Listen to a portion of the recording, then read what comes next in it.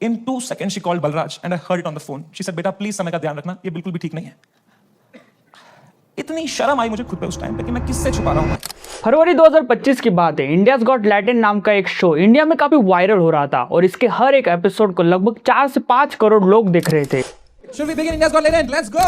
ये शो इतना वायरल हो चुका था कि हर तरफ बस इसकी चर्चा थी। समय is genuinely talented. मूर्ख अपनी छवि सुधार। स्टाइल है बात करने फिर वाईफाई क्यों लगाया? संपोर्ट समय डाल इंडिपेंडेंट वुमन में बन नहीं पा समय तो 40 है। मैं उतना ही ब्रेल बोलता उतना समय कश्मीरी। मुझे समय बहुत उसका ऑडेसिटी जैसा ऑडेसिटी अभी किसी तभी एक दिन इस शो पर आते हैं रणवीर अलाहाबादिया और उन्होंने एक ऐसा सवाल किया जिससे पूरे देश में बवाल मच गया। Okay, bro, I have another question. Would you rather? एक बड़ा विवाद खड़ा हुआ और बस यही से पूरा माहौल बदल गया। कई लोग पहले से इस शो से नाराज थे, लेकिन इस घटना के बाद तो इस शो को ही विलन बना दिया गया। Supreme Court observed that such language is not acceptable. Supreme Court will. Show के होस्ट समय रैना, रणवीर अलाहाबादिया और अपूर्वा मखीजा को टारगेट किया गया। How people would like to meet. मेरी फैमिली और मुझे प्रेयर्स में मीडिया उनके पीछे पड़ गई, मीडिया ट्रायल शुरू हुए। India's got latent professional perverts and full-time idiots. यहाँ तक कि उन्हें जान से मारने की बातें होने लगी। जुबान काटने वालों को 1 लाख रुपए का इनाम। अपूर्वा मखीजा को तो रेप थ्रेट्स तक मिलने लगे। People would like to rape me, throw acid on me and stuff like that. इसी दौरान कुछ बड़े लोग इन पर टूट पड़े। कि तुम टेढ़ी की टेढ़ी रहती है, कितने भी उसको घुसा के रख दो एक बंद डाली के अंदर 2 घंटे 10 घंटे निकालो तो फिर से कुत्ते की तुम टेढ़ी हो जाती है। समय रैना ने खुद बताया कि मुकेश खन्ना जी और सुनील पाल जी जैसे लोग उनके पीछे ही पड़ गए। शक्तिमान कह रहा था, क्या असर पड़ेगा इनके कंटेंट का बच्चों पे?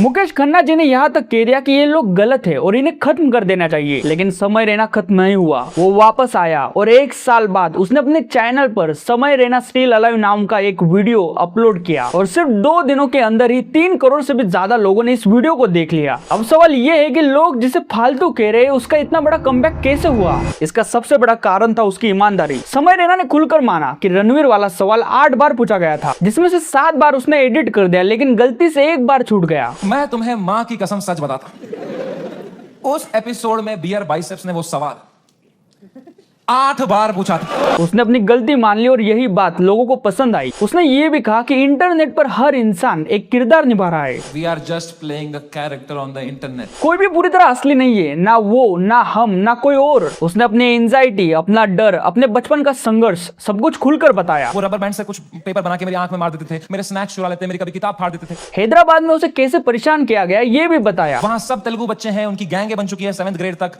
मैं सडनली कोई नया बच्चा आ गया है, अलग दिख रहा हूं, अलग बात कर रहा हूं। उसने ये दिखाया कि वो भी एक इंसान है और उसे भी दर्द होता है, और यही चीज लोगों के दिल को छू गई। इसके अलावा उसने अपने कश्मीरी पंडित होने पर खुलकर पहली बार बात की। उसने बताया कि कैसे उसके परिवार को कश्मीर छोड़ना पड़ा, कैसे उसके घर पर फायरिंग हुई और कैसे उसके माता पिता के एक फैसले ने उनकी जान बचाई। In 97 I was born and in 98 हमारे घर पे गोली चली थी and रातों रात he had to leave for his family for our safety and he left. इसमें लोगों को एक सच्चाई दिखी और लोगों ने इस वीडियो को शेयर करना शुरू किया। फिर समय ने अपने माता पिता के बारे में बात की और सभी से कहा कि जाकर अपने पापा को आई लव यू बोलो। मैं बता रहा हूं, आज के आज घर जाना, कॉल करना पापा को, बोलना पापा आई लव यू बोलो।